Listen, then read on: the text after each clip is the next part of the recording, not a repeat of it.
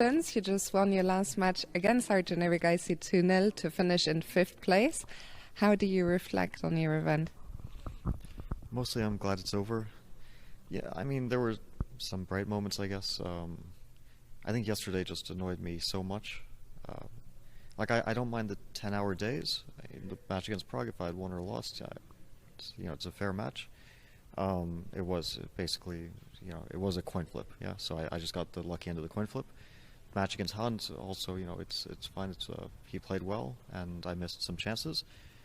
But the match yesterday, I did start to just get very annoyed at the whole tournament. I mean, it's fine to play the super long days, but I don't think it should come down to basically outside interference, which, not to make excuses, but I mean, the spectators are basically just yelling when we have 5 seconds each. And you're talking about the game with wild swings towards the end. Once, okay, Hikaru was crushing me, and then, he probably had some mate, but it wasn't easy. He had 5 seconds. He went back with the queen. I was back in the game, and around this moment, there was just yelling. I mean, I'm not exaggerating at all. I'm not. It was just screaming in the audience, and you can't play with 5 seconds. So we both blundered. That I could basically mate him, and also win his queen on 2 different occasions. And, this is, of course, it wasn't the most consequential match ever. We both were out of contention to win the tournament. Still, it's nice to fight for 3rd place and actually feel like you're playing more than a consolation match in the end. Okay, 3rd place kind of matters more than whatever 5th, 6th, 7th, 8th matchups. But it leaves a bad taste, So do you think we should still have audience but come up with a different solution in terms of noise? Well, the thing is, everything we said in the players' meeting, which people probably thought we were just being prima donnas, but I think it all was a very relevant conversation at the start.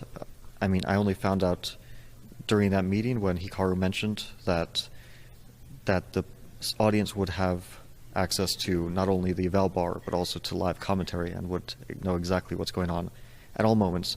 And I maybe even downplayed how much noise there would be, because I thought there would be some perhaps whispers that we would hear, but that it was much more than that they were just yelling, and we could hear that even through noise canceling headphones, and very audibly. It wasn't some noise in the background. It was very, very audible.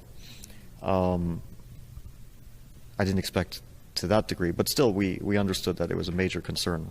I just thought maybe the noise-canceling headphones would help enough. The other issue is, of course, some players didn't like noise-canceling headphones. I spoke to a few. Han said before he didn't like them because he had some condition with his ear which makes it uncomfortable. That's fair enough.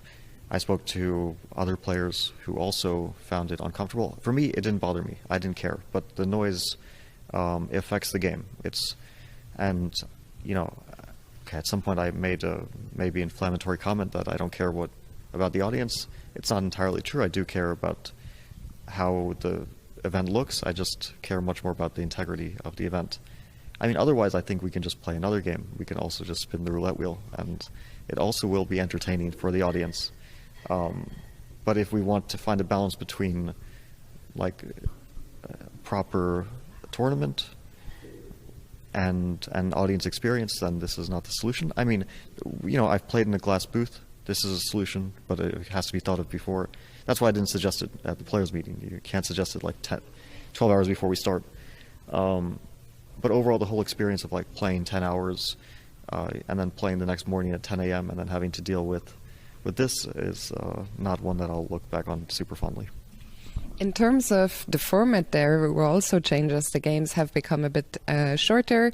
The format was different with more players. Your thoughts on the format changes? What would you ideally like to play in the future? At the start of the year, there was this, you can call it a fight, in which players were kind of stuck in the middle between, will we call this a world championship, and will it compete with FIDE's world championship? Which was, of course, a difficult question. I think if you ever want to call this tour a world championship, you have to have a consistent format where the time control doesn't change mid-tour, mid-year. from classical to semi-classical or semi-rapid, whatever you want to call it.